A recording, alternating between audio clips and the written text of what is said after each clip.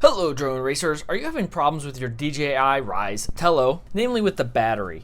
After a charge, you put in the battery, you go to push the button and it doesn't turn on. That's happened to me several times now. It seems to have gotten worse after some really bad crashes, don't ask. So I put in the battery. Sometimes it seems like it'll work if I take it out and leave it out to kind of let the circuits inside here discharge all the way.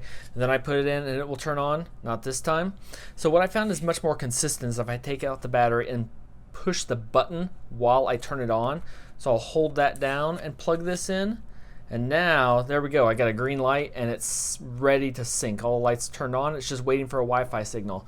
So I found that to be more consistent. But that has worked out really well for me. So now it's ready to fly and it's been pretty consistent that works out for you. If you don't know what I'm talking about, go watch my Tello review. There's a link up in the corner right now. If you're new to the channel and you're interested in these types and especially racing drones, make sure you subscribe and check out all the future content.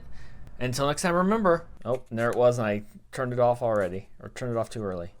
Oh, there. Oh, and see, it slid loose just as the light was coming on.